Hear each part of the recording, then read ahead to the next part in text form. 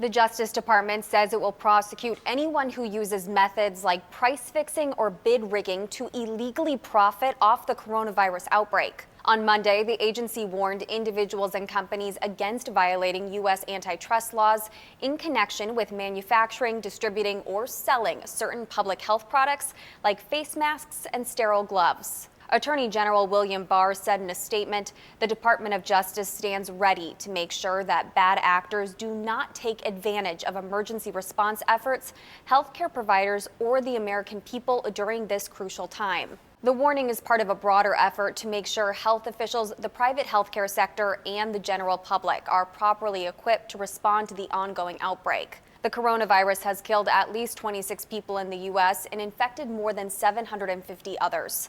Several have already recovered from the illness. The majority of the deaths are in Washington state. The DOJ is asking anyone with information on illegal schemes to call the Antitrust Division's Citizen Complaint Center.